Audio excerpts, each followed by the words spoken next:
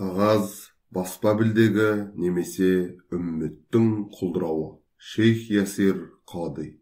Аударған Құндыз Үсенқызы, редакциялаған һәм дыбыстаған Ернар Спабек, мақұлдаған һәм монтаждаған Дәуренбек Шамидинов. Бисмилlah, алхамдулилlah, ва салату ва саламу аля расулиллах, ва аля алихи ва сахбихи ва нуала, амма бa'д. Сонымен, бүгінгі дәрс өткендей өте қызықты болады, және кіріспе сөзі болмайды. Мен бүгінде көпшілігіміз өзімізге қоятын сұрақты атап өткім келеді. Яғни, саяси және үкіметтік тұрғыдан ислам үмметінің көтерілуі мен құлдырауы. Ашығын айтсақ, біздің үммет терең ой мен интеллекттің мекені болған. Ол ең заманауи және озық өркениетке ие болған, және бүкіл әлемде оны құрметтеген, таңданыс білдірген, және бұл ешкім жоққа шығара алмайтын шындық. Адамзат тарихында бұрын соңды мұсылман империясы сияқты Андалусиядан Қытайға дейін созылып жатқан өркениеттер болған емес, және 11-13 ғасырлардағыдай ғылыми дамудың, әдебиеттің, өнердің, каллиграфияның шыңына жеткен емеспіз. Ал бүгінгі жағдай мүлдем басқа. Біз экономикалық дағдарыстан зардап көрудеміз. Даму көрсеткіштері бойынша ең төменгі орында тұрмыз. Адам әлеуетінің даму индексі деген көрсеткіш бар.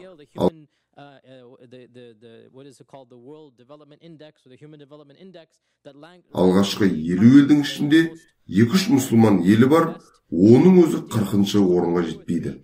Бұл Кувейт және Біріккен Араб Әмірліктері. Олар экономикалық даму, денсаулық сақтау және тағы басқа жағынан 40-шы орында ғана. Сондықтан біз өзімізден шын мәнінде не болғанын сұрауымыз керек. Бұл регрессия неліктен орын алды? Әрине, бұл сұраққа бір дәрісте, әсіресе кешкі дәрісте жауап беру мүмкін емес. Бұл мыңдаған диссертациялар жазылған, жүздеген докторлық жұмыстар қорғалған, жүздеген томдар жазылған мәселе. Алайда мен бүгін тарихтың нақты бір бөлігін атап өтіп, 13-ші ғасырға оралғым келеді. Екі өнертабыстың себебінен мұсылмандардың кім болғаны және қандай халге түскені туралы. Атап айтқанда қағаз жасау өнерінің ашылуы және баспа білдегінің өнертабысы. Біз мұсылмандардың бұрын қандай болғанын, қазір қандай халге түскенін көреміз. Бірақ қағаз тарихына және оны мұсылмандар қалай қабылдағанына көшпес бұрын, біз мұсылмандар неліктен алдымен көтерілді? Содан кейін неге құлдырады деген сұраққа жауап береміз. Жалпы айтқанда екі себеп бар деп жауап беруге болады. Рухани және дүниелік. Мұсылмандар иманның арқасында және сол замандағы заманауи үрдістерді қабылдағанның арқасында күш-қуатқа ие болды. Олар әлем ұсынған барлық жақсы және пайдалы нәрселерді қабылдады. Бірақ кейін иманның әлсіздігінен және заман ағымына ілесуді тоқтатқандықтан құлдырауға ұшырады. Біздің заманымызда әдетте екі топ ойшылдары бар. Бұл бір жағынан діни топ және екінші жағынан прогрессивті ғылыми академиялық топ. Олардың әрқайсысы үмметтің көтерілуі мен құлдырауын тек өз көзқарасымен талдауға тырысады. Сондықтан сіз мінбердегі имамның сөзін естігенде, ол сізге олар өздерін өзгертпейінше, Алла олардың жағдайын өзгертпейді деген аятты келтіреді. Олардың айтуынша, біз үлгілі мұсылман болсақ, жақсы жаққа өзгерсек, тақуа болсақ, мешіттерді толтырсақ, біз қайтадан көтерілеміз дейді. Ал мен бұл екі себептің біреуі ғана деймін. Екінші жағынан, дінге ерекше бейім емес адамдарды көреміз. Олар әдетте намазға, иманға, тақуалыққа баса мән бермейді. Олар біз қайта өрлеу дәуірінің көшбасшысы болғанымыз үшін көтерілдік дейді. Бізде алтын дәуір болды. Көптеген жаңалықтар аштық. Жер мен аспанды картаға түсірдік. Американы аштық дейді. Яғни олар тек интеллектуалдық күшке сүйенеді.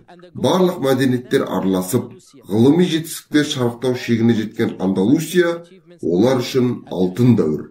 Және олардың айтуынша, мұсылмандар өздерінің ғылыми дамуын тоқтатып, өркениетке арқасымен бұрылған кезде құлдырау басталды дейді. Иман, тақуалық туралы мүлде ойламайды, және олардың пікірінше, оларды есепке алудың керегі жоқ, және руханияттың бұған еш қатысы жоқ. Мен олармен де келіспеймін, және оларды жоққа шығарудың ең оңай жолы ең үздік сахабалар дәуірі екенін еске салу. Сахабалар басқа буынға қарағанда көбірек жерлерді бағындырды. Дегенмен кейінгі буындармен салыстырғанда оларда ешқандай технология болмаған және олар өркениеттің даму тұрғысынан Андалусия жеткен шыңға жетпеген. Бірақ өз заманының заманауи жаңашылдықтарын қабылдауға дайындығы мен ұмтылысының арқасында олар биікке көтерілді. Сондықтан бұл екі жалпыланған себеп рухани, яғни діни және дүниелік. Осы дәрісте мен діни жағына тоқталғым келмейді. Мен мұны құтпаларда жиі айтамын және бұл ең маңызды нәрсе екеніне сенімдімін. Ғылымға кіріспес бұрын ең алдымен иман мен тақуалыққа мән беру керек екеніне сенемін. Сондай-ақ мұсылмандардың сол ғасырдағы білімге құмарлығы, жетістіктерді қабылдауы олардың кейінгі дамуының маңызды факторы болды. Ақыр соңында олардың әлемді тануға ұмтылмауы және қате түсініктері, кейде тіпті жаңашылдықтарға деген дұшпандығы олардың құлдырауына себеп болды. Алланың қалауымен қағаздың пайда болуы мен таралуы туралы өте қысқаша айтатын боламыз, яғни мұсылмандардың оны қалай қабылдағаны және екінші ең маңызды өнертабысқа, атап айтқанда баспа білдігіне қалай қарағаны туралы. Of paper, and then what the Muslims did with that, and then what the Muslims did with the second invention, and that is that of the printing press. Ендеше қағаздан бастайық. Қағаз бұл біз өмірімізді онсыз елестете алмайтын зат. Ол біз жазатын, құжаттарды басып шығаратын нәрсе. Егер жердегі барлық қағаз парақтары жерге жайылған болса, олар бүкіл әлемді бірнеше рет қамтиды екен. Айтпақшы, ғаламтордың пайда болуымен қағаз бұрынғыға қарағанда көп шығарыла бастады. Көптеген адамдар интернеттің пайда болуымен қағаз дәуірі аяқталды деп ойлайды. Шын мәнінде керісінше екен. Интернет пайда болғаннан кейін қағаз бұрынғыға қарағанда көбірек шығарыла бастағанын зерттеулер көрсетеді. Әрине, жазу үшін ең қолайлы жалғыз материал ол қағаз. Ол кез келген басқа материалдарға қарағанда әлдеқайда ыңғайлы. Қағазды қытайлықтар ойлап тапты. Кейбіреулер ойлағандай мұсылмандар емес. Ол христиан дәуірінің 100-ші жылы болды. Қытайлықтар оны белгілі бір санаулы мақсаттарда ғана пайдаланды. Олар қағаздың тиімділігін толық түсінбеген сияқты. Оны негізінен сурет өнерінде пайдаланды. Олар оны кеңсе жұмыстарына пайдаланбады. Сондықтан Қытай империясында қағаз кеңінен қолданылмады. Қытайлықтар қағаз өндірісінің құпиясын қатаң сақтаған және оны жаппай шығармаған. Олар белгілі бір одақтар құрған және кім қағаз өндірісін үйренгісі келсе, одаққа кіруге мәжбүр болған. Тек одақ мүшелері ғана қағаз жасауды үйрене алды. Ол қоғамдық кәсіпке айналмады, тек жеке кәсіп болды. Және келесі 3-4 ғасырда солай жалғасты. Осы уақыт ішінде адамдар тастарға, сүйектерге және мысырлықтар ойлап тапқан папирусқа жазуды жалғастыра берді.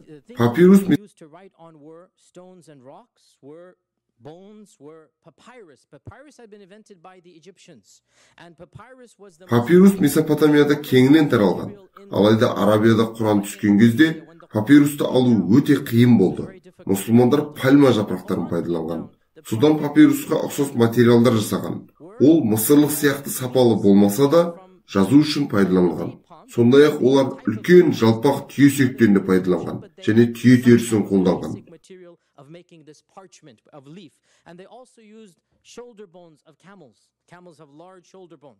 Бірақ теріні немесе жапырақтарды пайдаланудың қандай қиындықтары бар?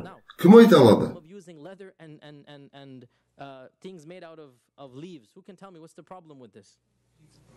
Олар өте тез шірейді. Бұл бірінші. Екінші, иіс менің ойымша бұл оларды онша мазалаған жоқ. Олардың кейбіреулері тезек үйлерде тұратын. Сондықтан олар үшін де бұл қиындық тудырды деп ойламаймын. Тағы не? Өлшем. Теріге жазылған Құран бар. Оның фотосын Google'дан таба аласыз. Теріге жазылған Құран мына үстелдей үлкен десем өтірік айтпаймын. Міне осындай биіктіктей. Ені осы үстелден кеңірек және ұзындығы осы үстелдің шамамен 4-тен 3 бөлігі.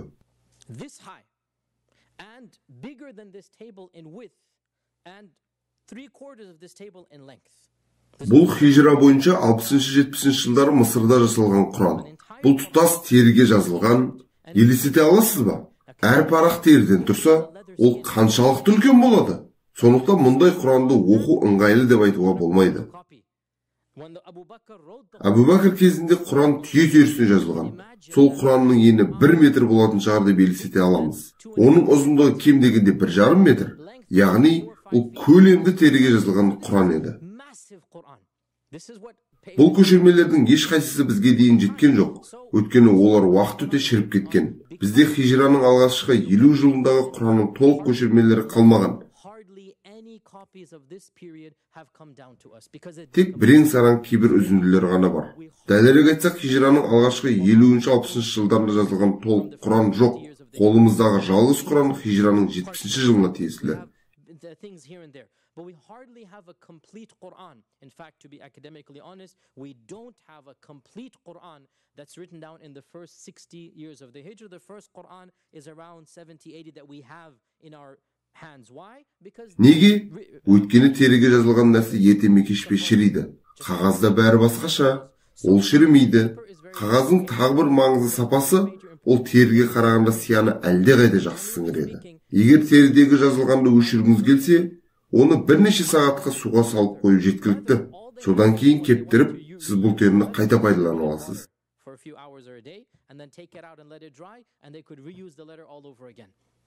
Сондықтан бұрын кітапты жоюдың бір тәсілі оны суға салу болатын. Қағазға келетін болсақ, әрине су қағазды бұзады, бірақ сия сақталады. Сондықтан қағаз сияны жақсы сіңіреді. Енді негізгі тақырыпқа оралсақ. Сонымен мұсылмандар қағазбен алғаш кездескен кезең. Бір күні мұсылмандар мен Қытай әскерлері арасында шамалы елеусіз шайқас болды. Бұл 751 жыл еді. Яғни Аббасид халифатының алғашқы кезеңі еді. Бұл шайқастың саяси маңызы өте аз болғандықтан, сол кезде кітаптарда айтылмаған. Өйткені бұл шағын қақтығыс болған. Бірақ соның арқасында бүкіл тарих бағыты өзгерді деп айта аламыз. Бұл шайқас Талас шайқасы деген атпен белгілі.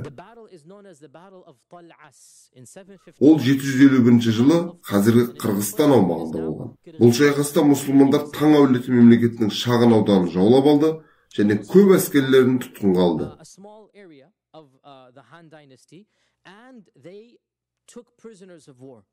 Бұл тұтқындардың арасында екі қағаз өндіруші болды. Екі тұтқын сол құпия одақтың мүшелері болып шығады. Әрине мұсылмандар қолданыста жүрген Қытайдағы қағазды көріп, танысып үлгерген болатын. Сонымен қолға қағаз өндіруші тұтқындар түседі және бұл тұтқындар Бағдатқа жіберіледі. Басқа тұтқындарға қарағанда бұл тұтқындар ерекше қызығушылық тудырды. Сондықтан оларға өте жақсы жағдай жасалып, халифаттың астанасы Бағдатқа арнайы жіберілді. Халиф олардың қағаз жасай алатынын білген соң, егер мұсылмандарға осы өнерлеріңді үйретсеңдер, сендерді бостандыққа жіберемін деген ерекше ұсыныс жасаған.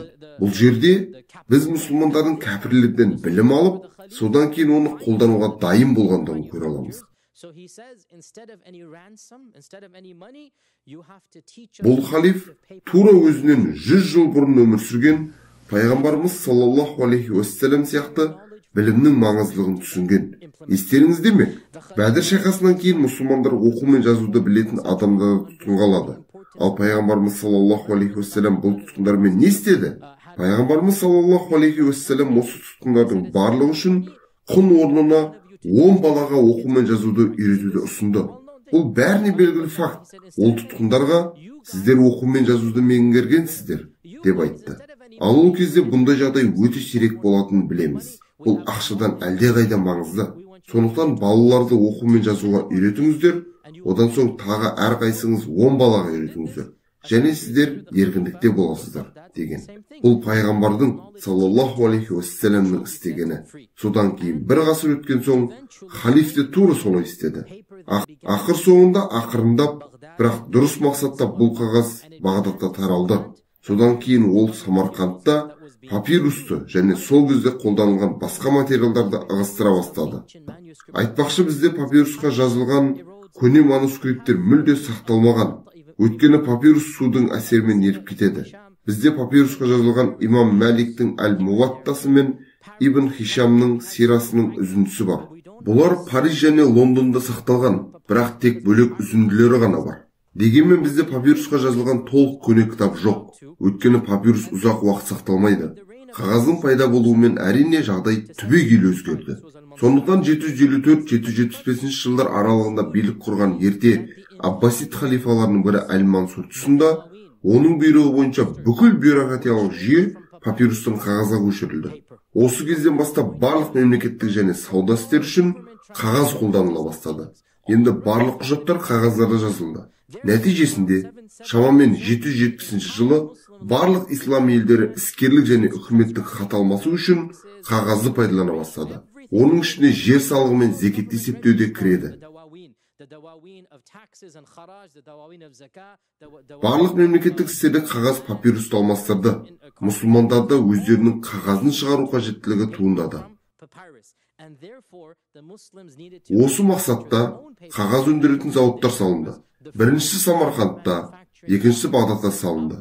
Бұл Қытайдан тыс жерде салынған алғашқы қағаз зауыттары болды.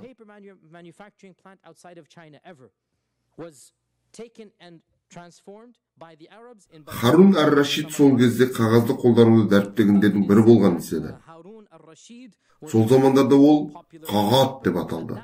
Парсы тілінен қағаз, үрду тілінде де қағаз деп айтылды. Парсы тілінен қағаз, үрду тілінде де қағаз деп айтылды. Парсы сөзінің өзі көне Қытай сөзінен шыққан. Мен оны қалай дұрыс айтуды білмеймін, бірақ олар оны қағаз деп жазады. Сонымен қағаз бастапқыда қағат деп аталды, және үрду тілінде де осы күнге дейін қағаз. Классикалық араб тілінде де қағаз деген мағынаны білдіретін қағаз сөзі қолданылады. Бірақ ол шын мәнінде Қытай тілінен шыққан. Бұл бізге мұсылмандарға Қытай тілі ықпалының болғанын көрсетеді. Бір сөздің шығу тегіне қарап-ақ, біз қағаздың қайдан келгенін көре аламыз. Қағаздың Қытайдан шыққанын көрсететін сөз қағат деп аталады. Сондықтан мұсылмандар қағаздың маңыздылығын түсінді және қағаз білім салаларын толығымен өзгертті. Бұған назар аудартқан аз ғана адамдардың бірі Ибн Халдун болды. Ибн Халдунды алғашқы әлеуметтанушы деп айтуға болады. Ол халықтардың өрлеуі мен құлдырауын әлеуметтік тұрғыдан талдаған тұңғыш тарихшы ғалым, және тіпті батыс әлемінде де ол әлеуметтанудың негізін салушы ретінде белгілі. Осылайша Ибн Халдун көп жылдардан кейін Әл-Мансур мен Харун ар-Рашид заманында мемлекеттік құжаттарды рәсімдеу үшін қағаз қолданыла бастады деп жазды. Содан кейін адамдар қағазды ғылыми жазбалар үшін пайдалана бастады. Қағаз өндірісі шарықтау шегіне жетіп, айтарлықтай тарады. Сондықтан адамдар қағаз әлеуметтік өзгерістердің қозғалтқышы екенін түсінді. Ғылыми өзгерістерде, көркемөнерлік өзгерістерде адамда қағаздың болуы оның сауаттылығын, білімін көрсетті. Ал білім өз кезегінде өнімділікті, интеллектуалдық қабілеттерді, ғылыми зерттеулерді, исламдық білімді көрсетті. Мұның бәрі қағаздың арқасында тез дами бастады. Сондықтан мұсылмандар қағазды тапқан кезде исламды ой мен исламдық ғылымда төңкеріс орын алды. Мұсылман ғалымдары ежелгі гректердің кітаптарын аударды. Өздері де кітаптар жаза бастады.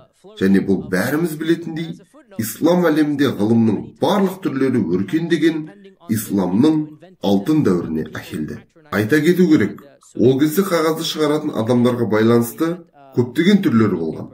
Мысалы, Сүлеймен қағазы, Ахмади қағазы және Нурани қағазы сияқты брендтер болған. Бұлардың барлығы әртүрлі қағаз түрлері болған, және сіз өзіңізге лайықтысын таңдай аласыз. Көп адамдар біле бермейтін бір қызық жағдай бар. Мұсылмандар қағаз өндірісін меңгерген кезде екі нәрсе жасады. Алдымен олар қытайлықтардан өзгеше жаңа өндіріс үдерісін ойлап тапты. Мен оларда Ахмади, Джафари, Нурани қағаз сияқты көп түрлері болған айттым. Оны ойлап тапқан адамның атымен аталатын Джафари қағазының түрі болды. Яғни қағаздың әр түрлісі болды. Мұсылмандар технологияны Қытайлардан алып, содан кейін қағаз өндірісін мүлдем жаңа деңгейге көтерді. Олар қағазды бүкіл ислам елдеріне таралатындай жасады. Қытайлықтар бұлай жасамады, және олардың өндірісі өте қарапайым болды. Оның үстіне ол құпия сақталды. Мұсылмандар қағазды аймақ бойынша таратқан. Бұл біріншісі. Мұсылмандар екінші не жасады? Бұл да өте қызықты жағдай. Бұрындары бәрі папирусты қолданатын еді. Әдетте папируспен не жасайды? Және ол қалай сақталады? Айтыңызшы, сол уақытта ұзын, кең папирустермен не істеді? Әрине, оларды орады. Ал қытайлар өз қағаздарымен де солай жасады.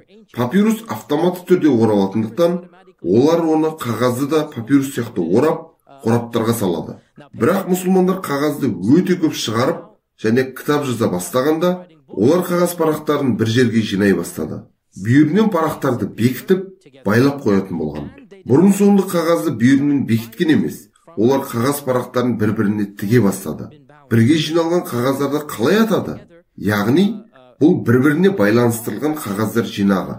Сонымен мұсылмандар қағаз парақтарын бүктеп, оларды бір жағына байлап, немесе тіге бастады. Содан кейін сізде бір-біріне бекітілген қағаз парақтары болған кезде, сізге не керек? Мұқаба. Бүгінде мұқабаға картон немесе басқа материалдарды пайдаланады. Бірақ ол кезде бұл тері немесе басқа қалың заттар болды. Және олар кітапты осылай орады. Олар конвертке ұқсас арнайы үшбұрышты қатты мұқабаны да бірінші болып жасады. Бүгінгі күнде де осы қатты үшбұрышты мұқабасы бар Құранды кездестіруге болады. Сонымен қатар мұсылмандар қанша бет оқылғанын анықтау үшін бетбелгілерді қолдана бастады. Мен мұны неге айтып жатырмын? Кітаптың қазіргі бейнесі алғаш рет мұсылман елдерінде қағаз тараған кезде пайда болды. Яғни кітаптың қазіргі түрін мұсылмандар ойлап тапты.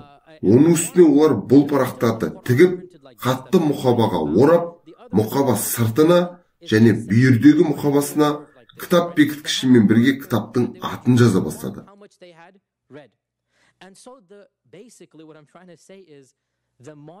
Сондықтан кітаптың қазіргі түрін көрген кезде, оның толығымен 8-9 ғасырлардағы мұсылмандардан алынғанын біліп жүріңіздер. Олар өз кітаптарын осылай жазып, парақтарын бір-біріне бекітіп, мұқабасын жасап, мұқабасының бетіне және мұқаба бүйіріне кітаптың атауын жазды. Және кітаптарды бүктеген кезде, оның қандай кітап екенін білуге болатын еді. Ал ол күні бүгінге дейін сақталған кітаптардың құрылымы, мұқабадағы кітаптың атауы, осының бәрі 8-9 ғасырлардағы мұсылмандардан мұра болып қалған.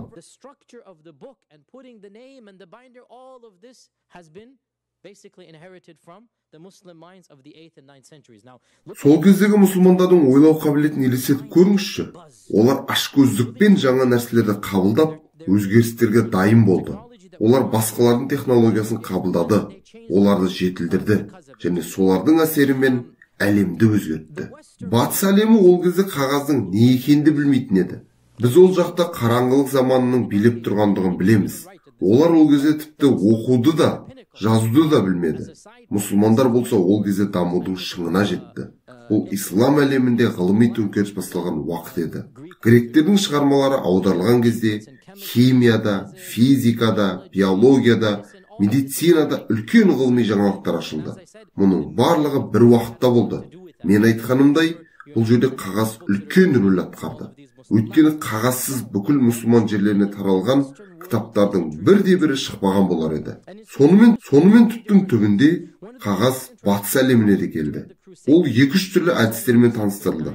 Қағазбен алғашқы кездесу 1090 жылдардағы крес жорықтары кезінде болды. Содан кейін барлығы 9 крес жорығы болды. Біріншісі христиандар Иерусалимді жаулап алғанда болды. Жорықтар еуропалықтар мен мұсылмандар арасындағы өзара қарым-қатынастың орнауының алғашқы себептері болды. Сіздер ол кезде әлі жаһанданудың болмағанын түсінулеріңіз керек. Адамдардың 97-98% ата-анасы туып өскен қалада туылып, сол жерде қайтыс болған. Адамдар ол күндері саяхаттаған жоқ. Олар өте кішкентай әлемде өмір сүрген, және сыртқы әлеммен ешқандай байланыс немесе өзара әрекеттесу болмады. Алғашқы кресшілер негізінен исламмен танысқан алғашқы еуропалықтар болды, және бұл кейінгі байланыстардың алғышарты ретінде қалыптасты. Еуропа негізінен мұсылман әлеміне еш себепсіз басып кіріп, қанды қырғын жасады. Бұл орта ғасырлардағы қырғындардың ең ірілерінің бірі болды. Олар шамамен 50 мың мұсылман ерлер мен әйелдерді, балаларды өлтіргенде, Иерусалим көшелері қанға батты. Бұл бірінші крес жорығы болды. Осы жорық барысында көптеген айтулы оқиғалар болды. Солардың бірі еуропалықтардың қағазбен танысуы. Олар мұсылман жеріне келгенде, мұсылмандардың кітаптарын, ғылыми жетістіктерін және қағазды көрді. Одан кейін олар қағазды Еуропаға әкелді. Бірақ олар оны қалай өндіру керек екенін білмеді. Бұл олар үшін тылсым және жұмбақ нәрсе болды. Еуропалықтар қағаз өндірісін игерген алғашқы орындардың бірі Испания, Андалусия болды.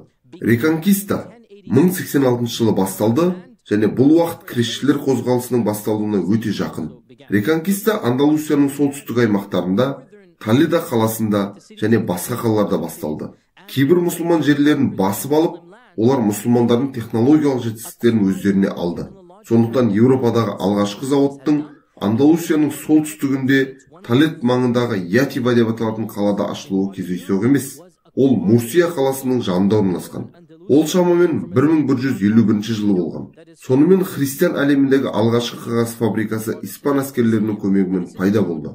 Олар Андалусиядағы мұсылман жерлерін жаулап алып, онда көптеген кітаптарды, кітапханаларды, қағаз зауыттарын кездестірді. Олар бұл зауыттарды жою үшін күш қолданбады. Өйткені бұл тұтас технология болды. Сондықтан оларды сақтап қалды. Олар қалаларды жаулап алған сайын барлық мұсылмандарды кетуге мәжбүрледі, немесе өлтірді. Дегенмен олар әрқашан мұсылмандардың шағын тобын қалдырып отырды. Кез келген қолөнерге ие болғандар, мысалы, олар кеме жасаушыларды, қолөнершілерді, соның ішінде қағаз өндірушілерді де өздерінде ұстап отырды. Өйткені олар қағаз өндіруді білмеді. Сондықтан қолөнершілер отбасыларымен бірге ұсталып, христиан басшыларына мәжбүрлі түрде жұмыс істетілді. Олардың өмірі мен мүлкі сақталды, дегенмен бұл тек бір ұрпаққа ғана созылды. Содан соң олар өлтірілді не қуылды. Бірақ бірнеше мұсылман отбасын бәрібір аман сақтап қалды. Және тірі қалғандардың ішінде негізінен қағаз өндірушілер болды. Өйткені христиандар қағаз жасау өндірісін түсінбеді. Бұл христиандардың мұсылмандарын жаулап алған алғашқы аумағы болды. Сонымен қатар соншалықты танымал емес тағы бір жер бар. Ол туралы адамдардың көбінің есінде жоқ, бірақ ол белгілі бір дәрежеде Еуропаға көбірек әсер етті. Және бұл Тимбукту. Жоқ, Тимбукту Еуропада емес, ол Африкадағы қала. Тағы нұсқалар бар ма? Константинополь. Жоқ, ол 1453 жылы болды. Сицилия. Керемет. Сицилия Андалусияға қарағанда Еуропа үшін әлде қайда маңызды болды. Өйткені Андалусия өте алыс болды. Андалусия қайда, орталық Еуропа қайда. Бүгінде Сицилия бұл Италияның бір бөлігі. Бұл Италияның жағалауындағы шағын арал.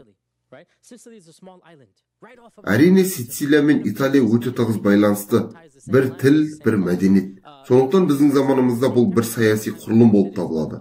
Бірақ 200 жылдан астам Сицилия, Кипр және басқа қалалар сияқты мұсылмандардың билігінде болды. Сицилияда мұсылмандар айырылып қалған алғашқы жерлердің бірі болды.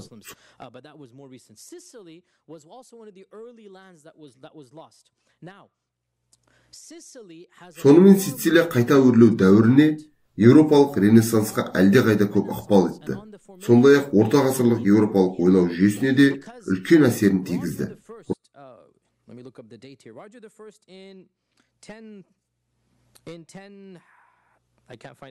Роджер бірінші 1072 жылы Сицилияны мұсылмандардан қайта жаулап алды.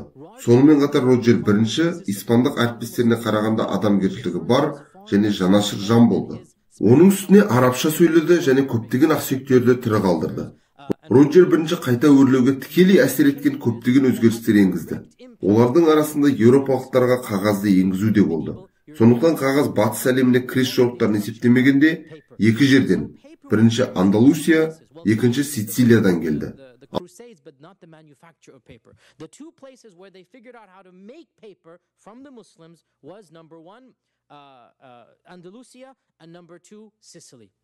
Алғашқы Еуропадағы қағаз зауыттары Андалусияда және тағы қайда? Сицилияда орналасты. Одан соң Сицилиядан қағаз өндірісі Италияға жетті. Итальяндықтар бұл өнерді мұсылмандардан алды және кез келген ақылды және дамыған қоғам сияқты олар оны өздеріне бейімдеп, жетілдірді, дамытты және одан әрі дамытты. Сондай-ақ итальяндықтар мұсылмандар жасамаған өндіріс әдісін ойлап тапты. Себебі олар суға көбірек қол жеткізді, соның арқасында олар су диірмендерін жасады.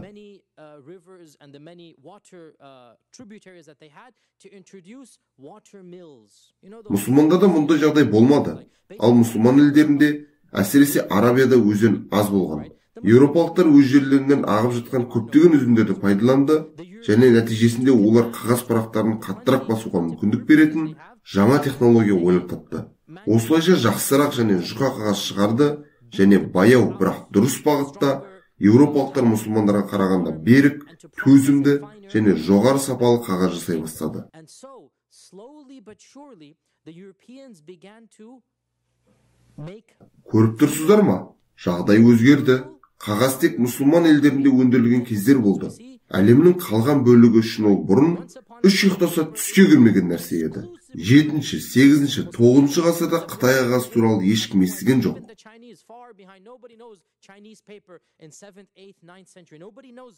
Бірақ 10-ші, 11-ші ғасырларда еуропалықтар қағаз жасау үдерісін мұсылмандардан қабылдап алып, 12-ші, 13-ші ғасырларда олар енді бір-бірімен бәсекелес болды. Ал 14-ші, 15-ші ғасырларға қарай еуропалықтар енді мұсылмандарға қарағанда әлде қайда сапалы қағаз жасады. 14-ші ғасырдың басына таман адам айтса сенгісіз, Еуропаның қағазы қайда? Мұсылман елдеріне экспортталатын болды. Еуропалықтар не істеді? Осыдан 500 жыл бұрын мұсылмандар қытайлықтардың, ежелгі гректердің, римдіктердің білімдерін үйреніп, Алланың берген ақылын пайдаланып, және содан кейін бұл білімді жетілдірген сияқты, еуропалықтары дәл солай жасады. Олар мұсылмандардан қағаз өндіру технологиясын қабылдап, Алланың берген ақылын пайдаланып, және олар қағазды бұрынғыдан әлде қайда жоғары сапалы етіп шығарды. Және еуропалықтар қабылдаған жаңашылдықтардың бірі су таңбаны қағазға түсіре бастау болды. Тіпті қазірдің өзінде қымбат, талғампаз қағазды алып жарыққа қарасаңыз, су таңбасын көресіз.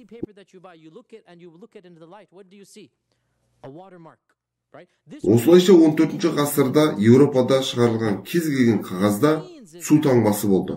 Мұсылмандар мұны жасамады.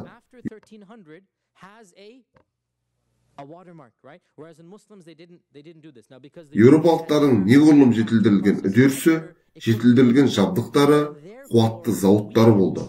1400 жылдың өзінде-ақ өте көп исламдық кітаптар еуропалық қағаздарға жазыла бастады.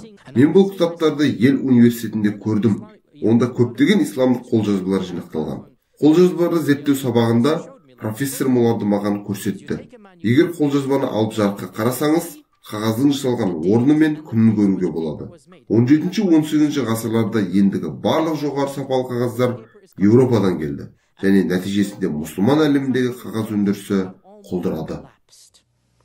Бұл адамзат тарихындағы ең маңызды оқиғаның алғашқы белгісі болды. Мен 1340 жылы жасалған Құранның тамаша көшірмесі бар екенін айттым. Ол әлі күнге дейін сақталған және атақты Насур Халили жинағында тұр. Қандай тамаша каллиграфия десеңізші. Бұл Құранның барлық сүрелері итальяндық қағазға жазылған. 1340 жылы мұсылмандар Құранның әдемі көшірмесін жасағысы келді. Бұл үшін оларға ең жақсы қағаз керек болды, және олар итальяндық қағазды сатып алды. Өйткені мұсылмандардың қағаз зауыттары сапалы емес еді. Және шын мәнінде өкінішті және жағымсыз факт. Әрбір итальяндық қағаз парағында кресттің суреті бар су таңбалары болған. Демек бұл Құран әр парағында крест суреті бар су таңбаларда жазылған. Бұл сол кездің қағазы болды және ендігі болатын жағдайдың белгісі еді. 15-ші ғасырда мұсылмандар қолында болған барлық дерлік қолжазбалар итальяндық және басқа да еуропалық қағаздарда жазылған. Және 16-ші ғасырға қарай қағаз жасау өнері мұсылман елдерінде іс жүзінде толықтай жойылды. Өйткені оларға қажеттілік болмай қалды. Еуропада сапалы және арзандырақ қағаз пайда болды да, нәтижесінде ислам елдеріндегі қағаз өндірісі түбегейлі құрдымға кетті. 17-ші ғасырдың басында мұсылман елдерінде жекелеген жағдайларды айтпағанда, ендігі ешкім қағаз шығармайтын. Ал бірақ егер жаппай өндіріс туралы айтатын болсақ, енді барлық қағаз оның өндірісін толығымен монополиялап алған Еуропадан келетін болды. Осылайша, өте көп арзан әрі сапалы қағаз пайда болған кезде, оның бәрін қалай тиімді пайдалануға болады деген сұрақ туындады. Еуропа ғалымдары мен ойшылдары ойлана бастады. Бұл қағаздардың бәрімен не істеу керек? Дәл сол қағаздың таралу кезінде тарихи сахнаға Йоган Гутенберг пен оның іскер серіктесі Андреас Хайльменнің бірге шығуы кездейсоқ емес болатын. Олардың тарихи сахнаға шығуы және қағаз фабрикасының иесі болуы да кездейсоқ емес еді. Оның қағазы көп болды. Онымен бірдеңе жасау керек болды. Және оған Гутенберг көмекке келді. Сөзсіз, Ол өз заманының данышпаны болған. Гутенберг не істеу керектігін ойлана бастады. Ақыр соңында ол заманауи баспа білдегін ойлап тапты. Отырып алып, әр парақты жеке-жеке жазып отырғанша, Гутенберг неге біз парақтағы әріптерді аударып, олардан мөр жасап, сол аударылған әріптердің барлығын кішкене төртбұрышты блокқа орналастырып, содан кейін оны сияға малып, парақты алып, сол параққа мөр басып отырмаймыз деген ұсыныс жасаған. Осылайша біз бір кітапты бірінен соң бірін жаппай басып шығара аламыз. Баспа білдегінің ойлап табылуы дөңгелектің пайда болуымен пара-пар адамзат тарихындағы ең үлкен өнертабыстардың бірі екені даусыз. Адамзаттың ең маңызды өнертабыстарының бірі баспа білдегі. Ол бәрін өзгертті. Және бұл еуропалық жаңалық екеніне күмән. Кейбіреулер ежелгі қытайлықтармен, тіпті мұсылмандармен байланыс табуға тырысады. Бірақ әділінен қарап мойындайық. Кітапты жаппай басып шығаруды баспа білдегін ойлап тапқан Гутенбергке дейін ешкім жасамаған. Баспа білдегін қағазсыз елестету мүлде мүмкін емес. Егер адамдар теріге жазуды жалғастыра бергенде, баспа білдегі мүлде пайда болмас еді. Тері құрылымы мен өлшемі бойынша өте өзгермелі, және оған сияны дәл осылай жағуға болатын шығар, бірақ оны шығару тым қымбат болар еді. Сондықтан баспа білдегін мұсылмандар әлемге ашқан қағазсыз елестету мүмкін емес.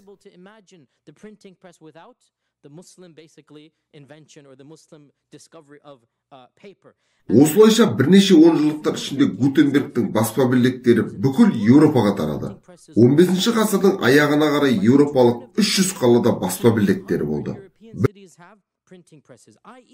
1500 жылы Еуропаның 300 қаласында баспа білдектері болса, 1500 жылдың аяғында 20 миллион дана кітап сатылды. Бұл 1-200 жылдықтар бұрын ғана жазу мен оқуды білмейтін.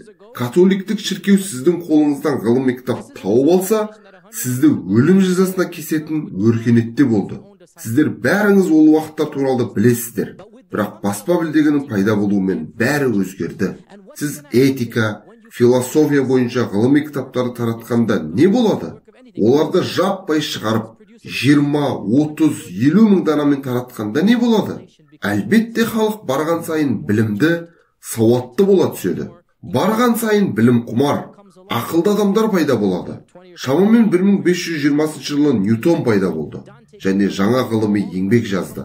Одан соң Данте пайда болды. Өз кітаптарын жаппай басып шығара бастаған көптеген жазушылар мен ғалымдар шықты, және соның нәтижесінде қоғамның білім деңгейі барған сайын жоғарылады. Ендігі барлығы Ньютонды және 16 ғасырдың басқа да көптеген ғалымдар мен ойшылдарының кітаптарын оқи алатын болды. Колумб кездейсоқ Американы қалай ашқанын бәріңіз білесіздер. Шын мәнінде ол Үндістанды іздеп жүріп адасып қалды. Жарайды, әйтеуір ол Американы ашты. Оның дәуірінің сол уақытында Мексикада және Солтүстік Американың басқа да аймақтарында баспа білдектері орнатылды. Осылайша еуропалықтар жаңа жерлерді жаулап алды. Олар өркениетсіз осы жерлерде баспа білдектерінің пайда болуының маңыздылығын түсінді. Сол себепті 16 ғасырдың өзінде Мексикада баспа білдектері болды.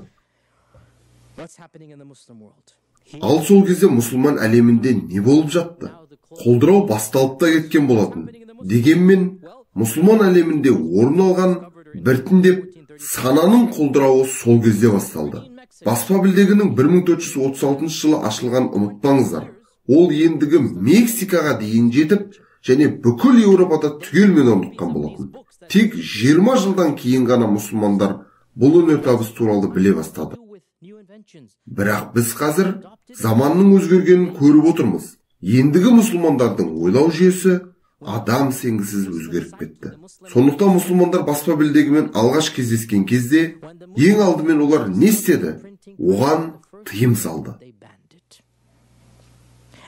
1485 жылы Осман халифа Сұлтан II Баязид сол кездегі барлық ғалымдар мен фақихтердің қолдауымен баспа білдегіне тыйым салынғанын жариялады. Ол мұсылман елдеріне баспа білдектерін әкелуге де тыйым салды. Оның үстіне Еуропада басылған бір кітапты әкелуге болмайтынын, тек баспа білдек емес, Еуропада басылған кітаптарға да тыйым салынғанын айтты. Егер сіз бұл пәтуа адамдар 1-2 жылдан соң бас тартып кететіндей уақытша болды деп ойласаңыз, қателесесіз. Бәрі керісінше болды. 1515 жылы оның мұрагерлерінің бірі Сұлтан Селим I болған кезде дүние жүзінде 20 миллион кітап сатылды. 20 миллион 16 ғасыр үшін адам сенгісіз ауқымды цифр. Селим I жарлық шығарды. Алланың атымен ант етейін. Сіздер бұған сенбейсіздер. Мен бұны ойдан шығарған жоқпын. Оны өздеріңіз де көре аласыздар. Сұлтан Селим I жарлық шығарды. Баспа білдегі табылған адам өлім жазасына кесіледі. Баспа білдегіні иелік етудің жазасы өлім болды.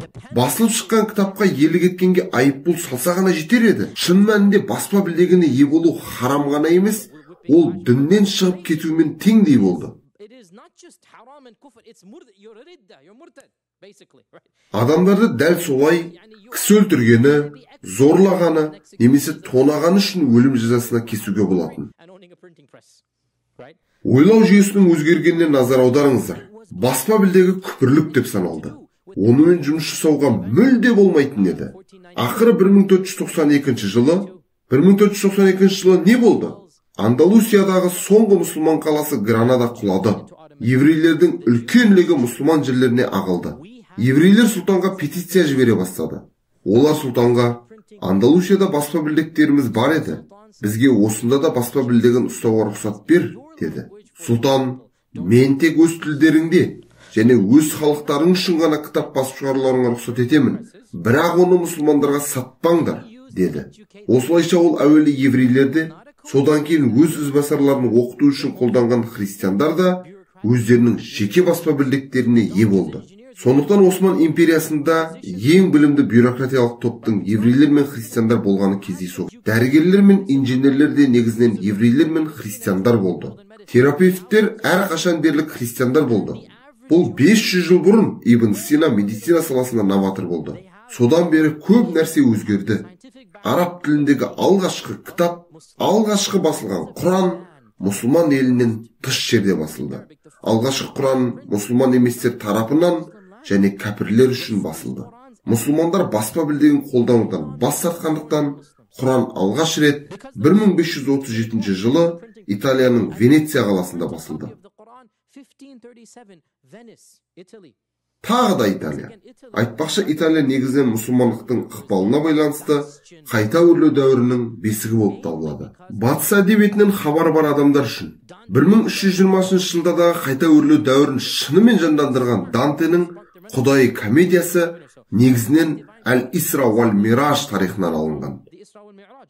Идеяның өзі жұмаққа жоқ жерден көтерілу мен онда не болып жатқанын бақылау. Барлық Құдай комедиясы әйгілі тарихи оқиғаның қайта өңделуі болып табылады. Ол туралы бәрі біледі. Бұл бәріне белгілі факт. Бүкіл оқиға мұсылман фольклорынан алынған. Исламның батыс Еуропа мәдениетіне әсері туралы көптеген басқа мысалдар келтіруге болады.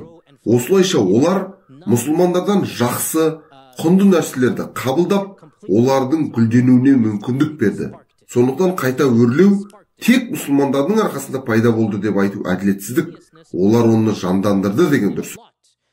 Баспа білдегі тақырыбына қайта оралсақ. Сонымен алғашқы басылған Құран 1537 жылы пайда болды. Және ғасырлар бойы біз бұл көшірмелердің ешқайсысы ұзақ уақыттық кезеңге байланысты сақталмаған деп ойладық. Алайда 1980 жылы оның бір данасы флоренциялық коллекционерден табылды. Демек, ол Құранның кем дегенде бір данасы бүгінгі күнге дейін сақталған деп айта аламыз. Құран екінші рет 1694 жылы басылды. Еврей Абрахам Инкерман арқылы Гамбургте басып шығарылды және бұл Құранның көшірмесі Германияда сақталған. Үшіншісі Ресейде басылды. Мұсылмандар бұдан әлде қайда ұзақта еді. Біз айтқандай, олар баспа білдегімен ортақ еш нәрсенің болғанын қаламады. 1530-1540 жылдар шамасында еврейлер мен христиандар Осман халифатында баспа білдектерін қолға алды. Олардың жеке баспаханалары болды. Бірақ олар тек өз тілдерінде кітаптар шығарды. Бұл кітаптарды тек христиандар мен еврейлер оқи алды. Сондықтан олардың баспа білдектерінің мұсылмандар үшін еш мән мағынасы болмады. Мұсылмандар жерінде баспа білдегі ақыры пайда болған кезде кейбір мұсылман ғалымдары мен интеллектуал ойшылдары баспа білдіктерін айналымға енгізуге тырысты.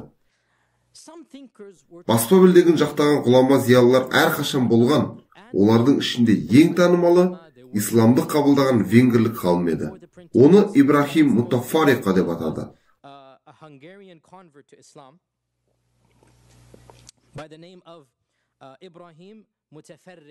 Ол Венгриядағы христиан отбасында дүниеге келген. Содан соң Осман халифатына хижрет жасап, ислам дінін қабылдап, жоғары дәрежелі мемлекеттік қызметкер болды. Бір күні ол бас муфтиге бізге баспа білдегі қажет деп петиция жазады. Гутенберг баспа білдегін ойлап тапқаннан кейін 300 жыл өткен соң, ақыр соңында бас муфтиге ояну керектігі айтылды. Және бұл жерде әңгіме кофе туралы болып жатқан жоқ. Дегенмен бұл да бір күні біз сөйлесетін өте қызықты тақырып. Мен әзілдеп тұрған жоқпын. Мұсылмандар мен кофенің қарым-қатынасының тарихы да өте қызықты. Бірақ бұл енді басқа тақырып. Сонымен Ибрахим баспа құралы деп аталатын кітап жазды. Әрине басып шығаруға тыйым салынғандықтан ол қолмен жазды. Яғни кітапты қолмен жазып, бас муфтиге тапсырған. Бұл кітапта ол Еуропаның бізді қуып жеткенінің дәлелдері мен себептерін келтірді. Алайда олар бізден әлде қашан озып кеткен болатын. Бірақ 18 ғасырда османдықтар әлі соқыр еді. 1720 жылдары мұсылмандар әлі де әлемнің алдында келе жатырмыз деп ойлады. Алайда құлдырау 16 ғасырда басталып кеткен болатын. Бірақ бүгін біз солай ойлап отырмыз. Ол кезде мұсылмандар нені басшылыққа алғанын еш қашан біле алмаймыз. 1720 жылы мұсылмандар әлі де бәрінен алда келе жатырмыз деп ойлады. Міне осылайша Ибрахим Мутаффариқа бұл кітапты жазып, бас муфтиге тапсырды. Ол онда мұсылмандардың құлдырауы мен артта қалуының себебі бізде баспа білдегінің жоқтығы деп жазды. Бас муфти және онымен бірге сұлтан да ақыры келісті. Бұл үшін Аллаға сансыз мақтаулар болсын. Дегенмен олар 3 шарт қойды. Бірінші шарт, араб тілінде ештеңе басылмауы керек. Екінші шарт, исламға қатысты еш нәрсе басып шығарылмауы керек. Діни кітаптарды басып шығаруға тыйым салынды. Медицинаға, тарихқа қатысты кітаптарды басып шығара беріңдер. Бірақ ислам тарихы бойынша, хадистер бойынша, тәпсір бойынша кітаптар басып шығаруға тыйым салынды. Бұл үшін әлі де өлім жазасы қаупі төніп тұрды. Үшінші шарт, кітаптарды үкімет бекітуі керек. Бақылау толығымен мемлекет бақылауында қалды. Ол ешкімге ешқандай кітапты емін-еркін басып шығаруға рұқсат бермейміз. Субханалла. Осы 3 шартқа қарамастан алғашқы баспа білдектері мұсылман жерлерінде орнатылды. Бірақ бұл кітаптар исламдық көзқарасты өзгерте алмады. Өйткені олардың исламға еш қатысы болған жоқ. 1726 жылы Гутенберг баспа білдегін ойлап тапқаннан бақандай 300 жыл өткен соң, ақыр соңында баспа білдегіне зайырлы кітаптарды басуға рұқсат етілді. Бірақ араб тіліндегі кітаптар үшін емес, яғни ғылым тілінде емес. Араб тілі ғалымдардың тілі болды. Осман мемлекетінің әрбір тұрғыны араб тілі әлемдік ғалымдардың тілі екенін білді. Бірақ бұл тілде басып шығаруға тыйым салынды. Тек жалпы қолданыстағы тілде басып шығаруға рұқсат етілді. Түрік тілі сондай тіл еді. Қайталап айтамын, бұлардың қатарында діни кітаптар болмауы тиіс еді. Сіздерге не туралы айтып жатқанымыз жайлы түсінік беріп көруге тырысайын. Баспа білдегі мұсылман жерлерінде енді ғана пайда болып жатқанда, Таити сияқты сонау алыс жерде, Мехиконы айтпағанның өзінде, айналаның бәрінде кітаптар қарқынды түрде басылып жатты. Баспа білдегі Гавай аралдарында, Дамаск пен Каирге қарағанда ертерек пайда болды. Жай ғана елестетіп көріңізші, ол кезде мұсылмандық ойлау жүйесі еркін басып шығару дегеннен мүлде оқшауланып қалған еді. Сонымен, бұл түйім жойылған кезде, субханалла, үлкен өкінішке қарай, тіпті мұны да мұсылмандар жасамады. Тым қайғылы. 1798 жылы алғашқы аяусыз отаршылдық әрекет орын алды. Сіздер сол жылы Наполеон Мысырға басып кіргенін білулеріңіз қажет. Ол отаршылдықтың басталуы болды. Наполеонның неліктен Мысырға басып кіргендігі туралы бүгінгі күнге дейін кітаптар мен диссертациялар жазылуда. Әрине, бұл өте күрделі тақырып. Өйткені Наполеонның ісінің логикасын түсіну мүмкін емес. Сондықтан Наполеон Египетке шабуыл жасағанда нені басшылыққа алғанын түсіну де өте қиын. Алайда ол мұны істеді, басып кірді.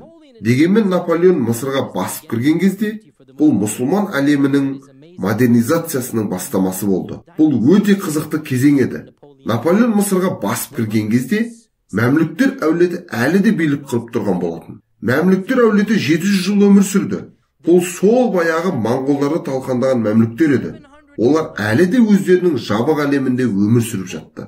700 жылдан кейін Наполеон өзінің әскерлеріне қарсы шыққан, садақ пен жебемен қаруланып, атқа мінген адамдарды кездестірді. Олардың бірнеше ескі мылтықтары ғана болды. Әлбетте Наполеон 1-2 аптаның ғана ішінде бүкіл Мысырды жаулап алды. Бірақ бұл енді басқа тарих. Бір күні біз оған да қайта ораламызды үміттенемін, иншалла. Бірақ Наполеон не істеді?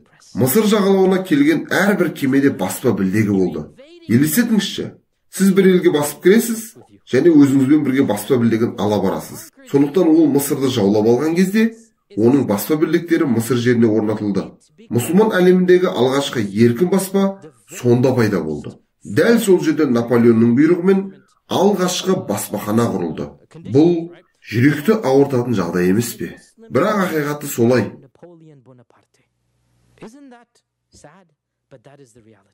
Дегенмен уақыт өте Наполеон Мысырдан кетуге мәжбүр болды.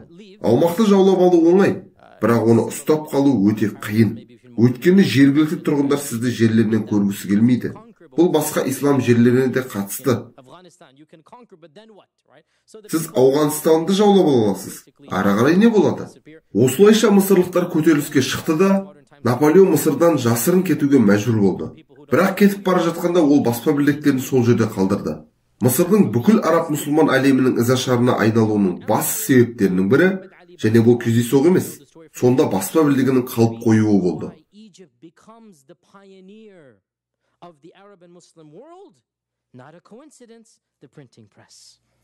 Мұхаммед Али Паша реформалар мен модернизациясы бұл енді екінші себеп. Немесе кейбіреулер үшін бұл басты себеп болуы мүмкін. Содан соң ғана баспа білдегі дейді. Дегенмен бұл жерде баспа білдегі үлкен рөл атқарды.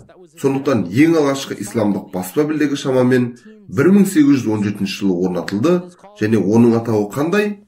Кім біледі? Булаға. Мысырдағы аттас Бұлақ ауылында орналасқан. Айтпақшы, мен сіздерге маман ретінде айтайын. Бұрын соңында басылған ең сапалы ислам кітаптары Бұлақ баспасынан шыққан кітаптар. Тіпті ескі тозған беттерден тұрса да, олар ғылыми тұрғыдан ең сенімді болып табылады. Неге? Себебі оларды басқарған адамдар кәсіпкер емес, нағыз ғалымдар болды. Осылайша олар көне қолжазбаларды редакторлап, Сахих аль-Бухари, Фатх аль-Бари, Ибн Касирдің ең жақсы басылымдарын шығарды. Ол 19 ғасырда ғана құрылған Бұлақ баспаханасы еді. Мен жаңа айтқанымдай, ол кезде баспаханалар ендігі Таити мен Гавай аралдарында бар еді. Және бұл ақиқат. Мен асыра айтып отырған жоқпын. Таити мен Гавайда, сондай шағын аралдарда баспа білдектері күнделікті қолданылып жатты. Түптің түбінде баспа білдегі Каирде, содан кейін Бағдатта және басқа да ислам қалаларында пайда болды. Көріп тұрғанымыздай құлдырау мен артта қалу сондай кең ауқымға жетті де, 40-50 жылдан кейін 1915 жылы Осман халифаты Ватикан сияқты жай ғана символға айналды. 6 жылдан кейін Ататүрк келіп, тіпті осы символдық халифатты да жойды.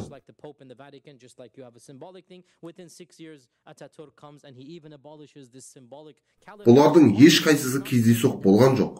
Қағаз өндірісінің тез өркендеуі, содан кейінгі өндірістің құлдырауы, одан соң баспа білдегінің пайда болуы, мұның бәрі белгілер еді. Олар бізге үмбетіміздің көтерілу және құлдырау нүктелерін түсінуге мүмкіндік береді. Қорытынды жасамас бұрын біз мұқият ойлануымыз қажет сұрақ туындайды. 700 жыл бұрын ғана әлемге қағазды өздері ашқан мұсылмандар 15 ғасырда баспа білдектеріне неге қарсы шықты? Мұсылмандардың ойлау жүйесі неге бұлай өзгеріп кетті? Бірнеше экономикалық және іс тәжірибелік себептер болғаны түсінікті. Экономикалық себебі келесідей еді. Әлбетте хатшылар мен жазушылар жұмыссыз қалатын. Сондықтан олар баспа білдегіне қарсы шықты. Сондай-ақ араб әріптерінің күрделі емлесі бар екенін және басып шығару кезінде әріптік байланыстарды сақтау қиын екенін айтады. Түсінесіздер ме? Гутенбергтің баспа білдегі жазба түрінде басқан жоқ. Ол А, Б, В деп әріптерді бөлек-бөлек басты. Егер сол кезде басылған кез келген кітапты ашсаңыз, әр әріптің бөлек басылғанын көресіз. Араб әріптері бөлек жазылмайды. Араб жазуында кейбір әріптерді басқаларға ұқсас байланысты жалғаудың күрделі жүйесі бар.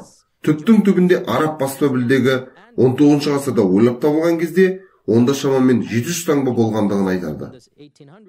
It is said that they had over 700 different, what do you call these small things? Basically the characters are 700 different. Әрине, бұл да себеп болуы мүмкін.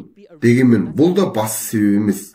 Егер мұсылмандар баспа білдегіне ие болғысы келсе, олар әріпті оңтайландыру жолын анықтап, бір нәрсе ойлап табар еді.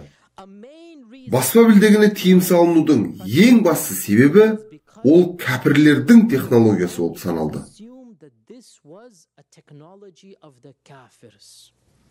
Бұл факт. Мұсылмандар өздерін әлемді билеп жатырмыз деп санап, соншалықты тәкаппар, сондай мақтаншақ болып кетті.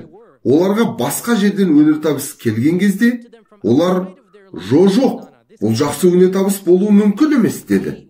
Егер оны біз ойлап таппаған болсақ, онда оның бір нәрсесі дұрыс емес. Олар өздерінің жетістіктеріне соншалықты алданып қалды. Олар саналы түрде өздерін сыртқы әлемнің жетістіктерінен оқшаулап тастады. Тағы бір себебі бар. Бұл ақиқат элементтері бар, айтарлықтай негізделген ғылыми себеп. Мен де қатарына жататын ғалым адамдар былай айтты. Егер біз баспа білдегін пайдалануға рұқсат етсек, ислам ғылымын кері кетіреміз. Қалайша? Барлығы оқи бастайды. Және бізде заманауи тілмен айтқанда Уикипедияның муфтилер мен Гуглдың шейхтары пайда болады. Көрдіңіз бе? Біз бұған да жеттік. Егер біз баспа білдегіне рұқсат етсек, бәрі Сахих аль-Бухариді, Ибн Касирді оқи алатын болады. Ал шейх пен ғалымдар онда не үшін керек? Егер әркім өзін шейх пен ғалым санайтын болса, сіз менің нені меңзеп тұрғанымды түсініп тұрсыз ғой. Солай ма? Біз бұл жерден көпшілікке ықпал ету үшін болған күресті көреміз. Шынтуайтында бұл белгілі бір деңгейде орын алды. Сонымен ғалымдарда исламдық білімге деген алаңдаушылық пайда болды, және олар иджаз жүйесін сақтап қалғысы келді. Ол қандай жүйе өзі? Менде Сахих аль-Бухари бар. Мен оны оқыдым, сен де оқығың келеді. Маған кел, мен саған үйретемін. Сен менің көшірмемді жазып ала аласың. Сосын сен оны менің алдымда оқисың, және мен саған айтамын. Болды, сен Сахих аль-Бухаридің бәрін меңгердің. Енді сен басқаларға үйрете аласың. Одан алынған жоқ. Бұл жерде шындықтың элементі бар. Бұл үлкен мәнге ие. Олар исламдық білімді жоғары деңгейде сақтап қалғысы келді. Енді бүгінгі күнге ауысайық. Бүгінгі күні бізде Уикипедияның шейхтары мен Гуглдың муфтилері пайда болды. Ғаламтордан видеолар мен таспалар арқылы исламдық білім алған көптеген мұсылмандарды көріп жүрміз. Сіздермен ашық сөйлесейік. Сіз шетелде оқымағансыз. Нағыз ғалымдар мен Google шейхін бір-бірінен ажырата аласыз ба? Айтыңыз бауырым. Тек ашығын. Mufti Wikipedia scholar?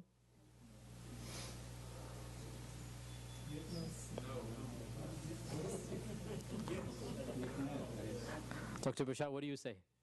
Be honest with me. Yes, of course. Әрине болады. Кейбір адамдар мұны істей алмауы мүмкін. Мен мұны түсінемін.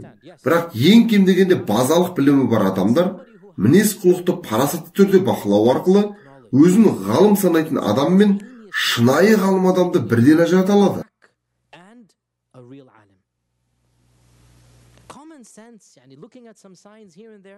Мен дәрігер емеспін, бірақ Алланың атымен ант етемін. Егер біреу келіп маған қажет емес дәрілерді тықпаласа, менің бас тартуға ақылым жетеді. Мен нағыз дәрігерді алаяқтан ажырата аламын. Аз ғана парасаттылық, ең болмағанда емделудің не екенін білу қажет. Көптеген адамдар үшін бұл қиын. Дегенмен бұл мүмкін емес, ғажайып нәрсе емес қой. Мен мұны неге айтып отырмын? Егер ғалымдар баспа білдегін қабылдағанда, оны енгізгенде, олар оны өз әдістемесінде қолданар еді. Олар әлде қайда жақсы өмір сүрер еді. Олар ислам әлеміндегі ең жақсысын қабылдап, кішкене түзетулер енгізіп, оларды діннің игілігіне пайдаланар еді. Дегенмен олар өздерінің сыртқы әлемнен толығымен оқшаулады және бұның арты неге әкеліп соққанын көріп отырмыз. Субханалла. Егер 1500 және 1600 жылдарды алсаңыз, сіз құлдырауды анық көре аласыз. Жақында Еуропа мен ислам әлемін салыстырған зерттеу жүргізілді. Басында Еуропа құлдырауда болды. Ислам әлемі дүркіреп тұрды. Ал шамамен 1515 жылға қарай олар бір деңгейде болып қалды. 1600 жылдарға қарай ислам әлемінде құлдырау басталып, Батыс Еуропа өркендеуге бет алды. Ал 1800 жылдарға қарай отаршылдық дәуірі басталған кезде тағы бір күрт құлдырау орын алды. 19 ғасырда қарапайым мұсылман ешқашан баспа кітапты оқымаған. Оқу былай тұрсын, ол тіпті баспа кітапты мүлде көрмеген. Алайда сол кезеңде қарапайым еуропалық адам Чарльз Диккенсті оқып үлгерді. Міне, біз бен олардың арасындағы айырмашылық қандай болды? Кейбір мұсылман және мұсылман еместер де бұл тым қарапайым дейді. Бірақ мен белгілі бір дәрежеде келісемін. Егер бізге мұсылмандардың құлдырауының бір себебін ғана таңдау керек болса, бұл баспа білдегі болар еді. Және бұл жерде айтарлықтай шындық бар. Өйткені баспа білдегімен бірге не келді? Білім. Ал біліммен бірге не келді? Күш. Кез келген күш. Экономикалық, саяси, әскери. Баспа білдегінің қуатты болғаны соншалық, ол христиан дінін екіге бөлді. Мартин Лютердің өзінің Библия кітабын басып шығаратын баспа білдегінің болуы, бұл да кездейсоқ емес, қайта өрлеу. Содан кейінгі реформация қозғалысы.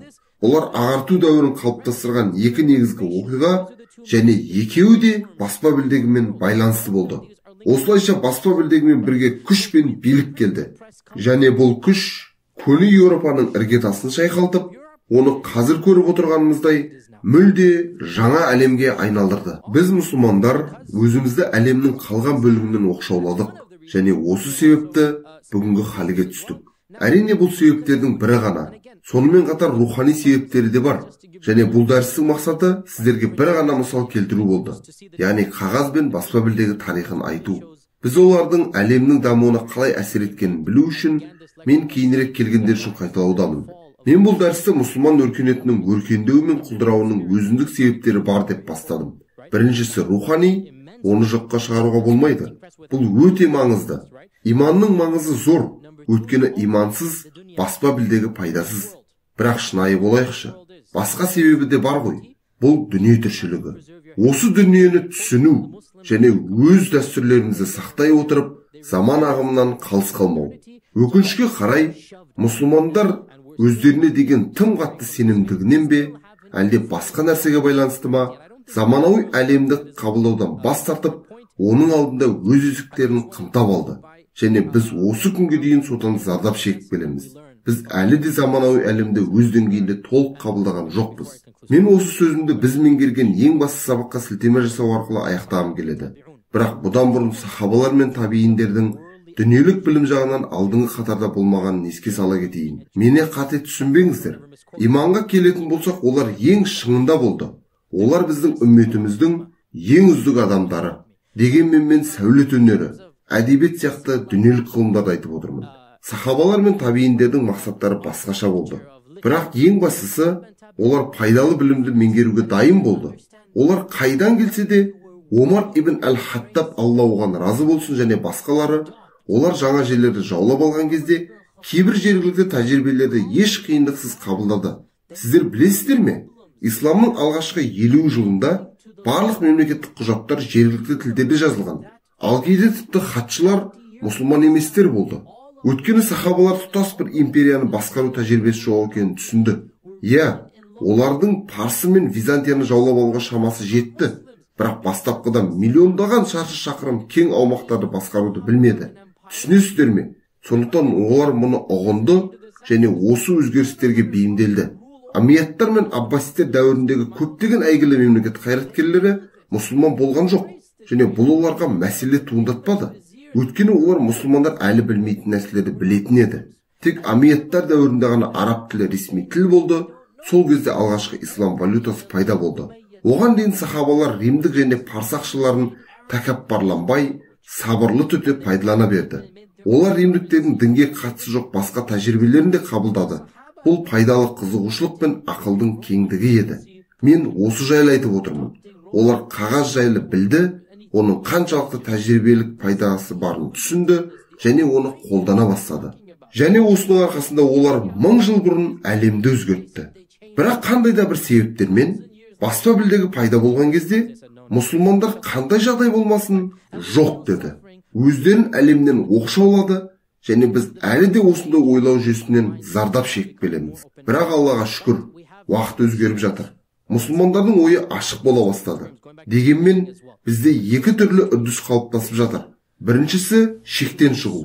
Бұл біз дін туралы соншалықты тар ойлағанда болады. Кез келген өзгерістерден қаша жөнелеміз. Ондай адамдардың айтуынша, біздің салиқалы ата-бабаларымыз не істеді? Міне ислам деген осы. Мұндай адамдарды осыған ұқсас пәтуаларды барлығыңыз білесіздер. Бүгінгі күндері солтүстік Америкада әйелдер кіруге тыйым салынған мешіттер бар. Солай емес пе? Өйткені олардың туып өскен елдерінде мешіттерге кіруге әйелдерге тыйым салынған. Солтүстік Америкада бүгінгі күнделік құтпаны бұзылған, түсініксіз араб тілінде жүргізетін мешіттер бар. Оны жиналғандардың ешқайсысы түсінбейді де. Неге бұлай? Себебі біздің ата-бабамыз солай жасаған, және біз бұл дәстүрді өзгертпейміз. Тіпті бізді ешкім түсінбесе де өзгерте алмаймыз. Олар ескі жыртылған кітаптан құтпаларды оқиды, және оларды біреу түсінеді ме, түсінбейді ме, олар үшін ол маңызды емес. Шынында солай емес пе? Оның рас екенін бәріңіз білесіздер ғой. Микрофон пайда болған кезде де кейбіреулер мешітте микрофонға рұқсат бермейміз деді. Теледидар пайда болған кезде де олар бұл зұлымдық екенін айтты. Біз бұған жол бермейміз деді. Бұл бәріне жақсы белгілі. Дегенмен үздіксіз өзгеріп жатқан әлеммен күресу мүмкін емес. Біз пайдасы бар нәрселерді қабылдауымыз керек. Сонымен бізде мынадай ойлау жүйесі бар. Дінде ештеңені өзгертуге болмайды дейді. Барлығы ата-бабамыздан қалай келді, солай қалу қажет. Сондай-ақ бізде екінші үрдіс бар. Бұлар өздерін прогрессивті мұсылманбыз деп атайтын адамдар. Сондықтан олар үшін жыныстық бөліну деген жоқ. Олар бір жынысты некені қолдайды. Қоғамда таралған нәрсенің барлығы исламның бір бөлігі болу қажет деп санайды. Бұл екі жақты көзқарас, бірақ әдеттегідей ақиқат осы екеуінің орталарында. Және бұл күмәнсіз рухани терең білім мен ойдың еркіндігін қажет ететін өте күрделі сала. Өкінішке орай, мен мұны дінбасылар тобының өкілі ретінде айтып отырмын. Көптеген ғалымдарымызға ой еркіндігі жетіспейді. Ал ой еркіндігі бар зиялылардың көбінің діни исламдық білімі төмен. Бұл біз бетпе-бет келген өте күрделі мәселе. Көптеген діни ғалымдарымыз реформаторлармен бірлесіп жұмыс жасағысы келмейді. Көптеген реформаторлар дәстүрлі діни ғалымдармен ынтымақтастықты қаламайды. Сондықтан біз осы екі топ арасындағы қақтығыс пен шиеленіске куә болудамыз. Бірақ жоғарыда айтылғандай, ақиқат осы екеуінің орталарында. Алдағы өзгерістерге діни исламдық білімі жеткілікті һәм ой еркіндігі қалыптасқан ғалымдар жетекшілік ету қажет. Олар тыйылатын нәрселердің айқын шекарасын белгілеп, қай жерден алға жылжуға болатынын айтуға. Және соңында, сіздер ғалымдар баспа білдегінен неге тыйым салды деп сұрағыларыңыз келетін шығар. Сіздерге қарама-қайшы мысал келтіруге рұқсат етіңіздер. Алланың қалауымен бір күні қолданамын деп үміттенемін. Менің қарапайым пікірім бойынша, құтпалар тек жергілікті тілдерде және микрофондарды қолданып қана емес, сонымен қатар құтпа барысында көрнекті материалдарды да пайдалану қажет. Мысалы, бұл PowerPoint болса да болады. Елестетіп көрейік, уағызшы дәріс оқып жатыр, және оның қасында слайдтары бар экран тұр. Оны хатип өзі басқарады. Өйткені уағыздың негізгі мақсаты тыңдаушыларға жеткізу. Ақпаратты жеткізудің ең жақсы тәсілдерінің бірі визуализация. 100 рет естігенше бір рет көргенің жақсы екені бәрімізге белгілі. Сондықтан PowerPoint бағдарламасын құтпа кезінде пайдаланғанның не жамандығы бар? Ойланып көріңіздер. Дегенмен, көптеген адамдар үшін бұл мүмкін емес нәрсе. Алланың атымен ант етемін. Егер мен мұны пайдалансам, бүкіл ислам әлемінен наразылыққа ұшырар едім. Білесіз бе не болатын? Адамдар айтады, егер сіз бүгін PowerPoint-ты пайдалансаңыз, ары қарай не болады дейді. Құтпаның бейнежазбаға түсірілуінің өзі жеткілікті. Адамдар солай айтады. Дегенмен біз жоқ дейміз. Көзі ашық адамдар болатын нәрсе мен болмайтын нәрсенің ара жігін ажыратып алсын. Мысалы, олар айтуы мүмкін, хатип міндетті түрде уағызда болу керек, және егер PowerPoint бағдарламасын пайдалансаңыз, мешітте оған жағдай жасау керек дейді. Яғни құтпа жүргізудің оны тиімді етіп өзгертудің әр түрі бар. Бірақ бұл өзгерістердің бәрінің басында ғалымдар болу қажет. Және Алла қаласа, біз өзіміздің студенттік орталықты салған кезде, мен бұл нұсқаны ұсынамын. Неге қазір емес? Өйткені бізде қолайлы қабырға жоқ.